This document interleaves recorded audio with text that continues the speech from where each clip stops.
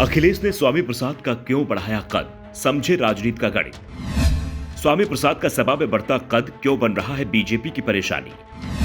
मौर्य के सहारे बीजेपी के वोट बैंक में सेंधमाने की कोशिश में अखिलेश। कांग्रेस और बीएसपी पर भी एक ही तीर से निशाना साध रहे हैं अखिलेश। रामचरितमानस पर सबसे पहले बिहार के शिक्षा मंत्री चंद्रशेखर ने विवादित टिप्पणी की, जिसे लेकर महागठबंधन में ही बगावत के हालात बन गए। चंद्रशेखर ने इसे लेकर माफी नहीं मांगी और ना ही अपना बयान वापस लिया। उल्टा नीतीश कुमार ने इसे लेकर जो दावे किए थे उन्हें लेकर जरूर सीएम नीतीश ने अपनी जुबान शांत कर ली। बिहार में रामचरितमानस को लेकर विवाद चल ही रहा था कि सपा एमएलसी स्वामी प्रसाद मौर्य ने इस मामले में सख्त बयान देकर मामला और भी ज्यादा गर्मा दिया।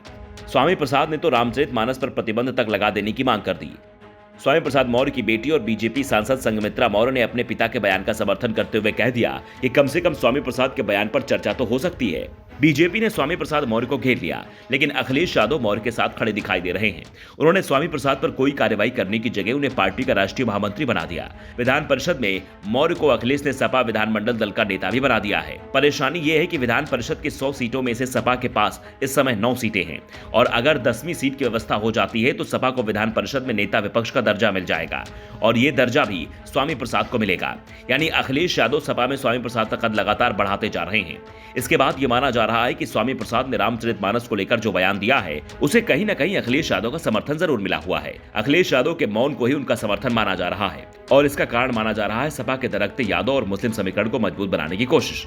दरअसल दूसरे दलों की तरह सपा पर भी सॉफ्ट हिंदुत्व को अपनाने के आरोप लगने लगे थे, जिस कारण से उसके हाथ से मुस्लिम वोट बैंक खिसकता दिख रहा था। लेकिन स्वामी प्रसाद मौर्य के बयान से अखिलेश यादव ने सपा की छवि एक बार फिर हिंदुत्व विरोधी दल की बनाने की कोशिश की है। दूसरा, दलितों की बात उठाते हुए अखिलेश ने मायावती के मजबूत वोट बैंक पर निशाना साधा है। सपा चीफ अखिलेश को एहसास है कि जब तक बीएसपी के वोट बैंक को अपने पाले में नहीं किया जाएगा तब तक बीजेपी को नहीं हराया जा सकेगा। बीजेपी को हराने के लिए जरूरी है कि आमने सामने की लड़ाई हो। मुकाबला त्रिकोणीय या बहुकोणीय होगा तो उसका लाभ बीजेपी को ही मिल जाएगा। इसलिए अखिलेश यादव ने स्वामी प्रसाद मौर्य को आगे किया है। उनके बयान से मौर्य की टीआरपी भी बढ़ गई है। वो पूरे यूपी में चर्चा में आ चुके हैं और स्वामी प्रसाद मौर्य के सहारे अखिलेश यादव ने इस समाज के वोट बैंक पर भी निशाना साधा है। यूपी में ओबीसी जातियों में यादव और कुर्मी के बाद मौर्य तीसरा सबसे बड़ा तबका है। यूपी में मौर्य समुदाय की आबादी 5% के करीब मानी जाती है।